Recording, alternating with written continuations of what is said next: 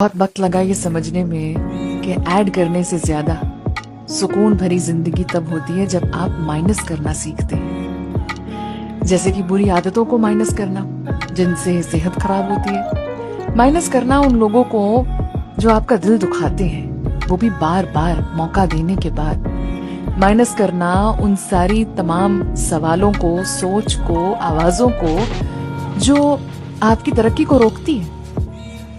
कर्जा माइनस होना, कुछ भी खराब जिससे आपका अच्छा होना रुकता हो, ड्रामा, टॉक्सिक कॉन्वर्सेशंस, ऐसा कुछ भी। सो ऐड करने से ज्यादा